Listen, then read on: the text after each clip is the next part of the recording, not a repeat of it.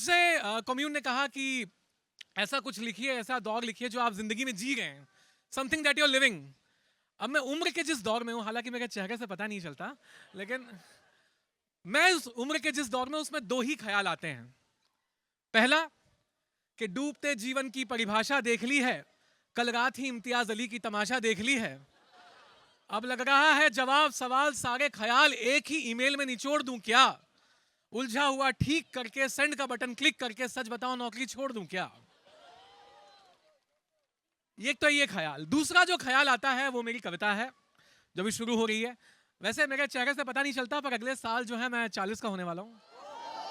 अभी अभी किसी ने मुझे हॉटी एट 40 कहा, तो थैंक यू जिसने भी कहा, या मेरी मन की आवाज है।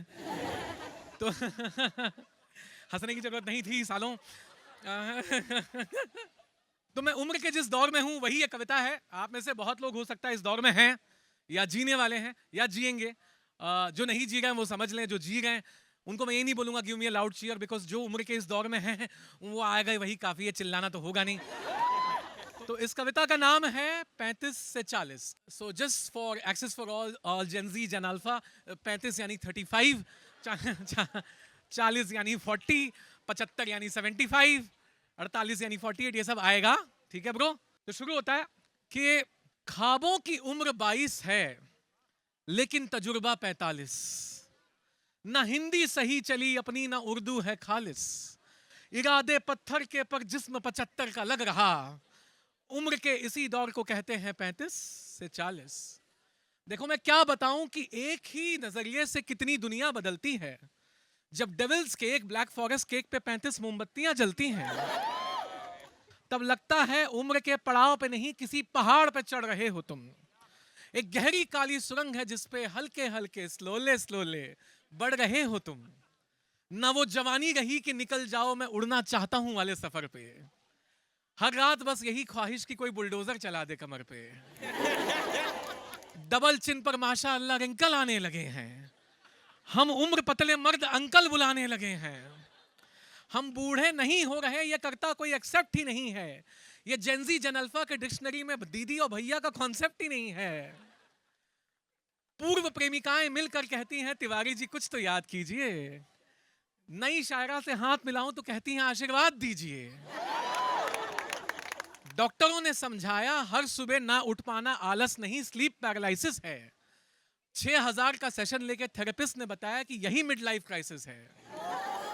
अब मैं मरीन ड्राइव पर ढलता सूरज नहीं, सूरज शुक्ला को ढूंढता हूं, जो 20 का तेल 200 में लगा के करता है गजब की तेल मालिश।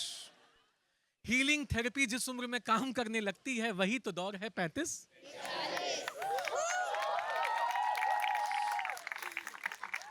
आगे सुनो। तुम्हें लगेगा तुम्हारे साथ ऐसा कुछ नहीं हो रहा, तुम बिल्कुल ठीक हो, तो या तो ये दौर जीने वाले हो, जी रहे हो, या जीने के बिल्कुल नजदीक हो। जब हर पहली तारीख को तुम्हें लगे कि नौकरी से बेहतर क्या हो सकता है, और अगले 28 दिन ये कि इससे बदतर क्या हो सकता है ना, फिर भी लगे कि अप्रेजल ईएमआई के चक्कर में कुछ दो एक और झेल लेता हूं, और हर शाम बगीचे में बल्ला छीन लो बच्चों से कि एक ओवर तो खेल लेता हूं। फिर लगे कि अपने ही ख्वाबों ख्यालों सवालों में कैद हो रहे हैं, और सवरते हुए ये ख्याल कि सच में बाल सफेद हो रहे हैं, है ना। और फिर अचानक लगे कि इस कॉर्पोरेट दुनिया से हमें लेना रुखसत है, और रुखसत लेने के बाद ये ख्याल आए कि मैं क्यों आया दुनिया में, मेरा क्या मकसद है। फिर अचानक एहसास हो कि दुनिया से प्रॉब्लम्स का रास्ता है, तुम ही हो सोल्यूशन फाइंडर। फिर अचानक स्कूल के व्हाट्सएप ग्रुप में स्कूल फी का रिमाइंडर कि बच्चों को करवानी है पढ़ाई, सिखाना है जीपीटी जेमिनाई, ताकि खड़े रह सकें ये डिजिटल के टक्कर में। और फिर सारी उम्र इन्हें बड़ा करो बिना मारे पीटे जेंटल पेरेंटिंग के चक्कर में।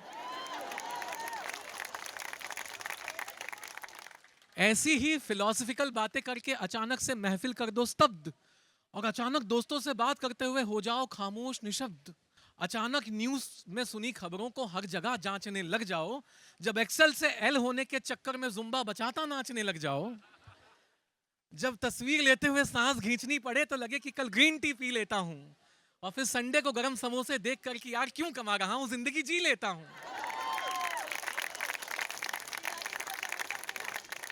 या फिर ईएमआई पे ले जाओ फैमिली को, वेकेशन की मेमोरी बनेगी, कुछ नया होगा।